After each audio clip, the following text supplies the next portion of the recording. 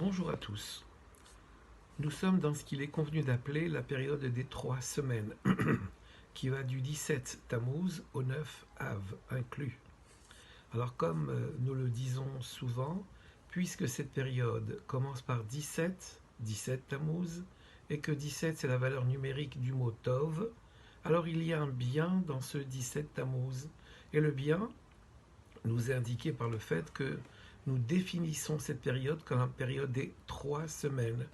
3 semaines est une allusion au troisième Beth Amikdash. Donc le bien caché dans cette période-là verra avec l'aide de Dieu la construction du troisième Beth Amikdash.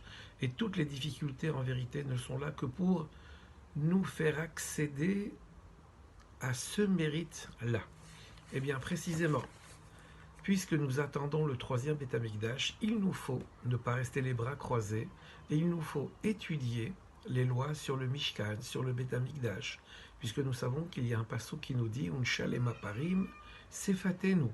Quand nous étudions les lois sur le Beth Amikdash, sur le saint temple de Yerushalayim, nous sommes considérés comme si nous étions en train d'assurer sa reconstruction. Alors que Dieu fasse que tout cela ne soit compté dans cet esprit-là. Voici dans le chapitre 1er, le premier commandement.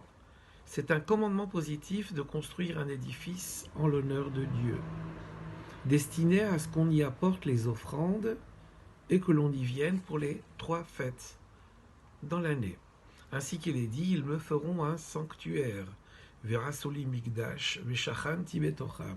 Ils me feront un sanctuaire et je résiderai parmi eux. Ce sanctuaire peut être aussi une dimension interne, parmi eux, parmi les Bnei Israël. Le tabernacle construit par Moshe Rabbeinu, prescrit par la Torah, ne fut que provisoire.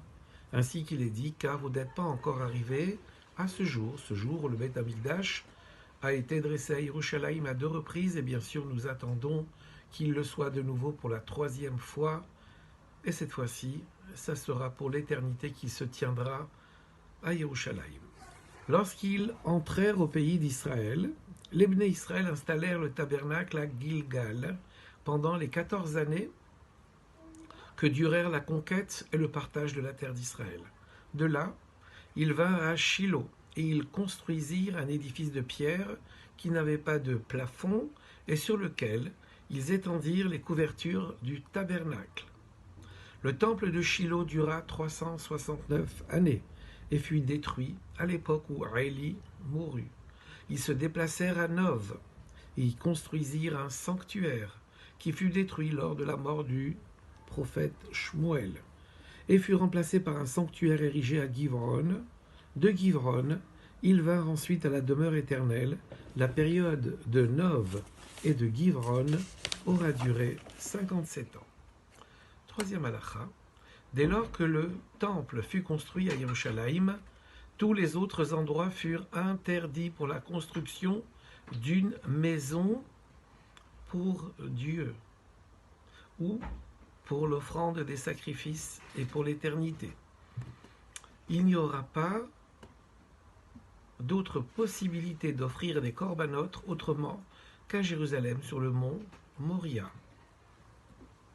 dont il est dit, et David s'exclama, « Ceci est la maison de l'Éternel, Dieu, et ceci est l'autel d'offrande pour Israël. » Et il est dit, « Ceci est mon lieu de repos à jamais, Zot Menohati Aderad. » Le temple construit par Salomon, Shlomo HaMelech, est décrit dans le livre des rois.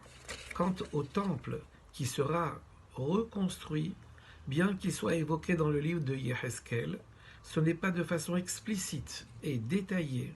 Et les constructeurs du second temple, lorsqu'ils le construisirent à l'époque d'Ezra, le firent sur le modèle du temple de Salomon, et avec certains détails décrits par Yehezkel. Voici une dernière halakha. Voici les éléments essentiels de l'édifice du temple. On y construit le Kodesh, emplacement saint, le Kodesh HaKodashim, le saint des saints, et devant le Kodesh, un emplacement qui est appelé Oulam. L'ensemble des 3 est appelé Echal. On construit une autre enceinte autour du Echal, à distance, à la façon des tentures limitant la cour qui se trouvait dans le sanctuaire du désert, dans le Mishkan. Tout ce qui est entouré par cette enceinte, dans la même disposition que la cour du tabernacle, est appelé Hazara, et le tout est appelé Mikdash. Avec l'aide de Dieu, nous tâcherons d'aller plus loin dans la description du Mishkan, du Beth Amikdash, jusqu'à ce que nous puissions avoir le mérite de voir se dresser le troisième Beth Amikdash à Yerushalayim avec l'aide de Dieu. Au revoir à tous.